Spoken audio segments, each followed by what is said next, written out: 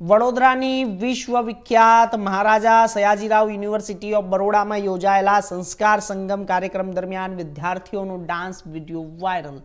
Social મીડિયામાં viral થતા વિવાદ ઊભો થયો છે. સંસ્કારી નગરી તરીકે ઓળખાતા વડોદરા શહેરમાં આ ઘટનાએ યુનિવર્સિટીની પ્રતિષ્ઠા પર પણ સવાલો ઊભા કર્યા છે.